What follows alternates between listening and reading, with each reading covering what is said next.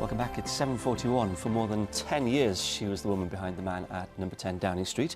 As well as being the Prime Minister's wife, Cherie Blair juggled being a leading barrister and a mother of 4. But she's carving herself out a successful career. She says it hasn't been easy because she's a woman, and she joins us now. And I wonder, going back all those years, you know, you and Tony were young lawyers together in the same chambers. Were you treated differently at that time just because you were a woman? For sure. I mean, you've got to remember, this was in the olden days. So 1976 was when Tony and I were first training together. And there was no doubt at all. In fact, it was basically made clear to me that the two of us, there was a boy and a girl, doing this apprenticeship. And at the end, there was only one permanent job. And essentially, it was taken for granted that the boy would get the job because he was the boy. And they actually thought he would be the one who was going to stick at being a lawyer. In fact, of course, he went off and did some other job. And here I am, 36 years later, I'm still a lawyer. Yeah, of course, absolutely. A very successful one too. And you're saying it's all about mentoring now, isn't it? It's all about having role models and other women who have achieved something, giving something back. For sure. I think it's always been about that. I think in any profession at all times, you know, the young need to be helped and nurtured and guided by those who've got a bit more experience. That was certainly the case for me and Tony, because our pupil master at the time, Derry Irvin, you know, he was really good with us, and he really taught us, took it all very seriously. And I think now we have a much more formal way of doing that. So lots of firms have mentoring programs, and that's something that I think is to be encouraged. It's a good thing. How does it physically work then? Well, I have a particular kind of mentoring, because what I discovered was that when I was at Downing Street, there was a lot of goodwill towards women, particularly in places like the Middle East or Africa or Asia, and a lot of men and women here in the UK who wanted, you know, how can I help them and have some sort of personal relationship?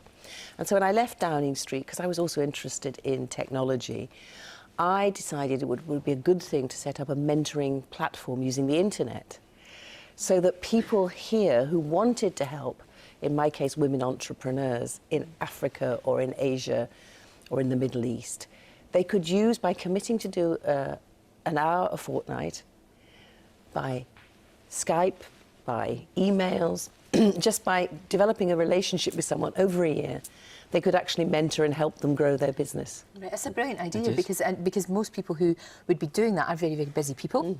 But as you say, you can do that a couple of hours, an hour, every couple of weeks. It actually becomes doable then, doesn't it? It really does. Sometimes women can be their own worst enemies, though, so it's actually really good that other women are helping women to, especially in those parts of the world.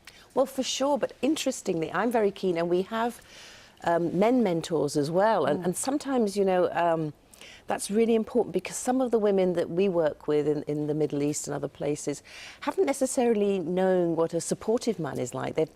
The men in their lives have often not been supportive. And actually it's good for them to know that there are men who actually want to encourage and bring on women. But it's strange, you know, it's almost like I'm running a dating agency, because we match our mentors and our mentees with the skills that the mentees are looking for, and then we find the mentor. So we have things like, we've got Erin in Malaysia, who's doing a small cupcake business, and she's being mentored by an operations manager from Essex, a woman. And then we have a fashion designer in Swaziland who's being mentored by someone in New York, a salesperson in New York. So across the world, people are helping each other. Where do you get all your energy from? It seems, you know, Tony's got his thing in the Middle East, and here you are busy with so many of these roles. Do you ever see each other? We do at the moment, and actually see he's at home at the moment. Maybe he's even watching. We never know. Hopefully, yeah. Hopefully it would be. But you know what I found really interesting when you went to number 10? There was nobody there to mentor you. It was kind of like you had to find your feet, you know, and especially for you, it was really unusual, because you were a working mum. And as we know, and as you know all too well, you did get an awful lot of stick. And I think that's hopefully changed a bit, because Samantha Cameron doesn't get as much stick. She really doesn't. No. Maybe because she's not a working mum, but she certainly doesn't. And I mean, I think she is a working. Well, she is, because I know, but she's just not got a job outside of the family, if you know what I mean. But that was quite tough that you didn't have somebody. There's nobody, because I always thought naively that you went into the road number 10, there'd be a kind of like a list.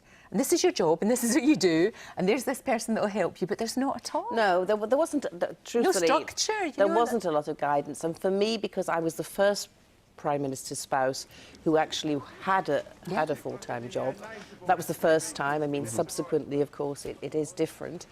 And they weren't quite sure what to do with me, to be honest.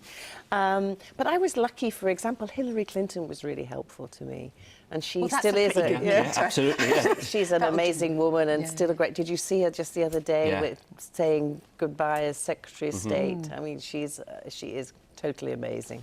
She'd be a good mentor. Yes, she I would. think. I was very lucky. Cherie, thank you. Yeah, really nice to see you. Good luck with that. Thank you. Fantastic, thank you. Right, headlines this morning. The Metropolitan Police has been accused of taking the identities of dead children and giving them to undercover officers. It's claimed the practice took place for nearly 30 years.